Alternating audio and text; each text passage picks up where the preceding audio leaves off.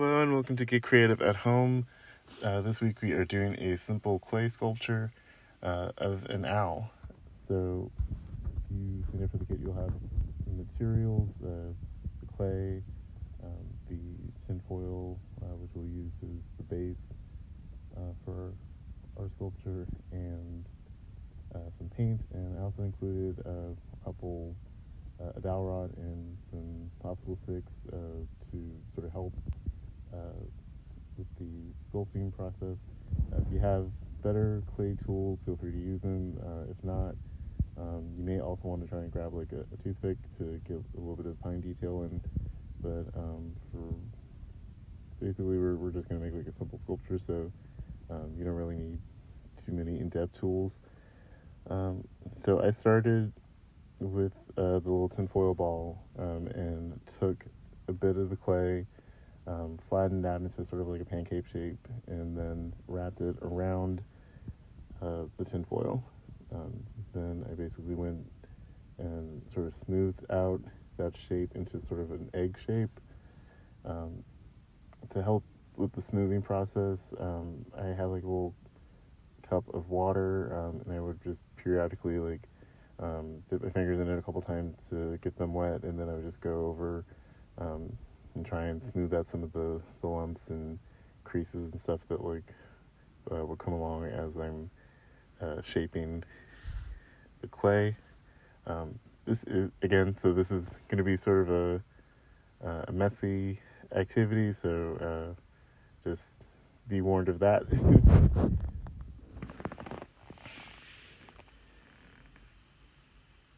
So after I made the sort of egg shape for the owl's body, I went and I took a little bit more of the clay, made two small round balls, and I stuck them on his face. So I'm trying to make a barn owl. It's one of my personal favorite kinds of owls. They have like that sort of heart-shaped face with a little pointy beak. And I think they're like really cute, so that's the one that I'm going for. So I'm just sort of shaping, molding the two little round balls onto his face to make that sort of heart-shaped that they have, and sort of exaggerating it a bit. When you are adding more clay to your sculpture, I found that it helps to score the clay. So basically take some sort of object and create some uneven surface along the clay. That helps the two pieces of clay stick together, so when they dry, there's not that just two flat smooth surfaces. They tend to just sort of break apart, but with the scoring it helps everything sort of stick together. So after I added the face, I took another little piece and made a beak, put that up there, and now basically I'm just going back and doing a lot of smoothing. After I finish that, I will take a couple more small pieces and make some little talons for the owl. They're basically very, very nub looking. Basically some tiny little nubs for his talons. He's just going to be sitting there perched. And then the rest of the clay I took and made two big pieces for the wings. The wings are just going to be sort of just wrapped around and draped over the body. Again, when I started putting them up there, I just used that popsicle stick to sort of score the surface so that it wasn't completely smooth. And then I put the wings up there.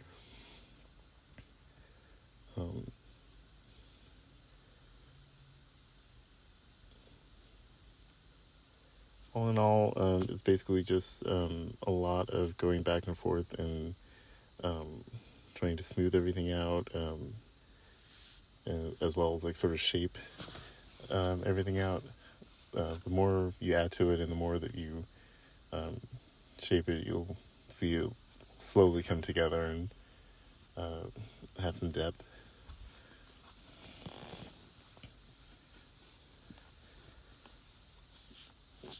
Then after the basic shape is sort of finished, um, I went and I took the little dowel rod piece and to give it like the wings like a sort of pattern. I went and I created like the um, little holes for spots um, all along the surface of the wings. Another thing you could do if you want to do like a different technique is use the popsicle stick to just press it up against the surface of the wings and create like sort of a pattern out of that. But after everything is up there and we have the sort of base shape done, I set it out to dry. So this is air dry clay, so it most likely won't take too long to dry. I set mine out to dry for about 7 hours, and it was mostly dry enough for me to come back and paint it later.